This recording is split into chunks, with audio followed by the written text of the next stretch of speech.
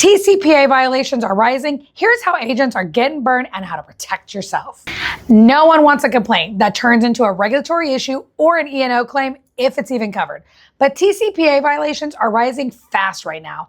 And the scary part is most agents don't even realize they're exposed until it's way too late, and it's going to be expensive. What we're seeing across the industry is a significant increase in TCPA related complaints, and the worst are the demand letters. And these aren't small issues, they are real claims that can cost you thousands of dollars and put your entire business at risk. The average demand letter we're seeing are anywhere from $5,000 to $10,000 or more. And in many cases, people are just settling because fighting it costs even more. And they're relying on that because they want to scare you into a settlement. Here is where this is actually coming from. And this is really important for you to understand. Number one, aged leads that have not been scrubbed through the DNC.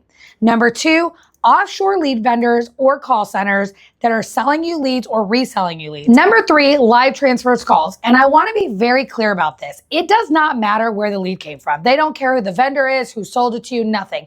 It matters because if you touched it, you are responsible for it. Too many agents think, well, the vendor told me it was compliant, so it must be good. That does not protect you or your business. Each agent and each agency is responsible for the leads that they are calling and that they use. If there's a call time violation or you contact someone on the do not call list and you don't have proof of consent, you are the one receiving that demand letter. So what do you actually do to protect yourself? First, you need a strong internal process. You have to have strict privacy policies.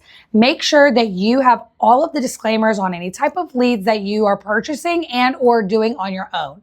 You want to also make sure you safeguard your client data.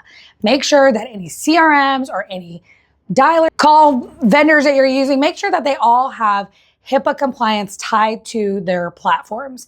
You also want to maintain detailed records. All of this will create a compliance program for you that you can have for just yourself, even if you're a solo producer, but also as your organization scales and grows. The more organized you are and the more serious you are about compliance, the more money you're going to save yourself. Second, consent matters. Obtain proper consent when required and make sure that you have the proper disclaimers. Your upline, if you're not affiliated with us, should have already provided this to you. You need to keep proof of that consent. Third, you need to have really good lead management. Scrub all of your age leads, anything over 90 days against the do not call list, and make sure that if you get a wrong number or they're not interested and they never want to hear from you again, that you make sure that you disposition it as such. Check federal and state do not call policies or laws before contacting anybody. Fourth is communication. Always provide clear opt-out language for texts and emails. You have to honor these requests immediately. If you do not, and you show that somebody said, hey, I'm not interested, or it's a wrong number, and you keep calling them, that is going to be a huge red flag, and it will not help you in any demands or lawsuits, or even worse, class action lawsuits. And most importantly, only work with vetted compliant vendors. We work with our partners to make sure that they understand the right questions to ask and to make sure that those leads are not only compliant, they're not misleading, and that they also, as a vendor, have the required documentation in case a carrier or CMS or any lawyer out there needs it. It is very important that you know how to work vendors and don't just go buy leads from whoever. Anybody that is credible in this business will work with carriers to get through their compliance department. They'll be certified by top of hierarchy compliance officers as well, but they will be used to the daily vernacular of having a good compliance program. Things like obtaining or having access to SMID. That's like an ID number for that lead.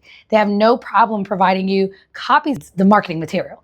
They have no problem giving you access to all that information.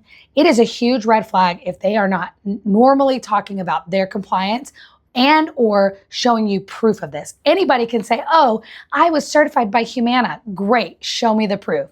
I need things in writing because I'm gonna be the one held accountable to make sure that I followed the law, the federal laws, state laws, also CMS regulations, and the carrier contracting language. So let me recap. What are some great red flags to avoid? If you want to stay out of trouble, there are immediate red flags that should pop in your mind immediately. Anything offshore vendors or call centers. When you talk to a vendor and they're like, oh yeah, this is how we qualify the lead and they're in wherever country. No, not doing it. Vendors who can't show you the original consent. This is a huge red flag. You're not going to know this until you've already purchased the leads, but they should be able to show you the marketing and be able to provide you real time a copy of that consent. The other issue that I have noticed is vendors who reach out to you on LinkedIn or other social media wanting to sell you leads.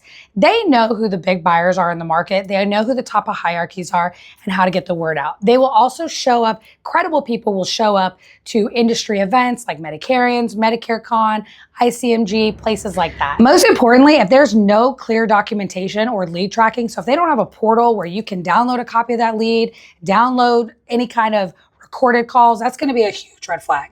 If they request for wires or crypto payments, absolutely not. We don't do business like that here.